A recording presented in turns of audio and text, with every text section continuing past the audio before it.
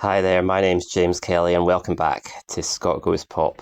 Now, those of you who are regular readers of the blog will know all about KC, our beloved unionist troll, and you'll also know that a big part of his repertoire is to just completely dismissive of any polls showing a yes majority, big yes majority, or a good yes result. He's not impressed by any of them, regardless of whether they come from Ipsos, which is the UK's leading polling company with a pedigree of decades, or from Find Out Now, or from Northstat, another very fine polling company. He's not impressed by that. All he cares about are the YouGov results. Apparently only YouGov matters. And KC was cock-a-hoop back in March because there were two YouGov polls back-to-back. I'm not sure why they occurred so close together, both of which stood out like a sore thumb, very different from what other firms were showing, big majorities for the no vote. The first one had no ahead by 56% to 44%, which from our point of view is slightly worse than the 2014 referendum. Second one a bit better, but not fantastically better, no ahead by 54% to 46%. And it is quite true, of course, that polling accuracy is not it's not decided by majority vote. It is possible for one polling company to be an outlier and yet to be proved accurate and for all the others to be wrong. So we do have to bear that in mind when we see these good results for yes from other firms. That it is possible that YouGov, which are showing a completely different pattern, they might be right and the others might be wrong, which is a rather troubling thought. But what if I were to tell you that there was another YouGov poll that hardly anyone seems to know about that was conducted in mid-June and showed a marked yes recovery to 48% of the vote. No were only ahead by 52% to 48%.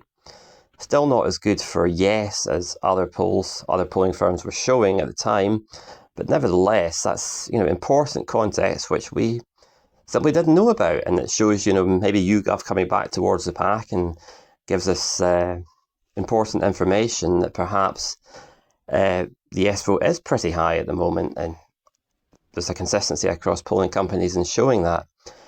And that is actually what is going on, because Paul Kirkwood on Twitter directed me towards the website of the Scottish Election Study earlier today. And what the Scottish Election Study do is they commission polling from YouGov every few months. They ask the same questions over and over again. But every time they do this, there seems to be this very strange delay, and the results don't appear for weeks or months afterwards. And when they do appear, there's no fanfare, there's very little media coverage, and the polls just seem to get completely lost, and we lose this important context. I'm having a look at the best known online lists of polls. The one on Wikipedia excludes the new Scottish Election Study poll, or the one that was conducted in June. The previous one that was conducted in March is not on the list either.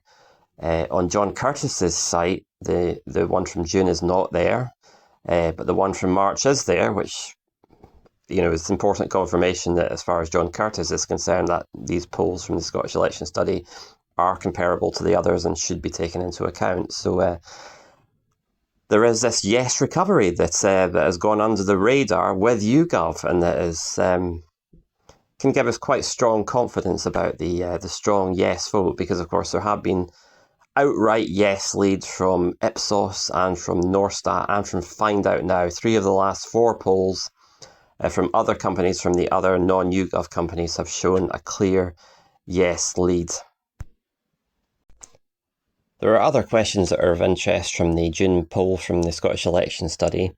There's a question about whether people think the SNP have done a good job or a bad job of running Scotland in government since the 2021 election. And it's a negative result, there's no getting away from that.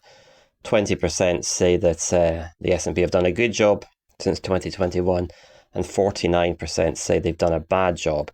However, there's then the same question about how well or badly Labour have done running the Westminster government since 2024. It's a much worse result for Labour. Only 11% say they've done a good job, and 58% say they've done a bad job. And that juxtaposition of questions can tell you why the SNP are likely to win the election, particularly if it's framed I'm talking about next year's election, of course, if it's framed as an SNP v Labour battle. I don't buy this idea that people are just going to set aside their disdain for the Labour government in Westminster and say, I'm going to be really self-disciplined and I'm not even going to think about how much I loathe the Labour government in Westminster and how much I'd love to give them a kicking. Yeah, I'm just going to think about how inspirational Anas Sarwar and Jackie Baillie are. No. The world does not work that way. There's also a graph showing a sort of gradual, well, fairly steady decline in the number of people putting independence as one of their top 3 most important issues since around about 2022 or 23.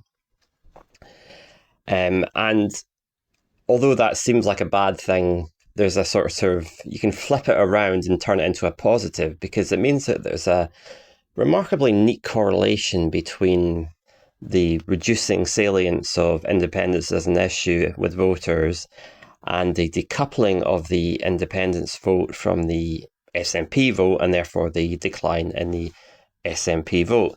And because there is such a clear correlation, that suggests that there is an opportunity to put that whole process in reverse if you can persuade people that independence is actually quite an urgent priority. And you can do that, I would have thought, by having the SNP talking about independence more, rather than doing what they've been doing for the last 2 years, which is sort of putting it on the back burner as much as possible. And of course, John Swinney seems to be moving in that direction. He seems to be talking about independence more, proposing that the independence should be quite high up the SNP's list of campaigning issues for the next year's election. And I know people are determined to be cynical and to say, well, if he does that, it's just because he wants to con people and get support for the SNP without intending to do anything with that vote or with that support for independence. But, come on, are you ever going to be satisfied here? Because would you be any happier if the SNP just went in the opposite direction and stopped talking about independence? There is such a thing as faking it until it's real. And sometimes if you fake something, regardless of the reason why you're faking it, it does take on a life of its own and it does become real. So it has to be a good thing if the SNP start talking about independence more. It has to be a good thing if they get a good vote as a result of that. It's all good. And that could be the process that leads us towards independence. So anyway, that's about it for now. But if you're enjoying these audio files, I'd be grateful if you would like my channel on YouTube, because that helps to boost its profile. And if you could like the video as well, the individual video, that would be great too. So until the next time, see you later.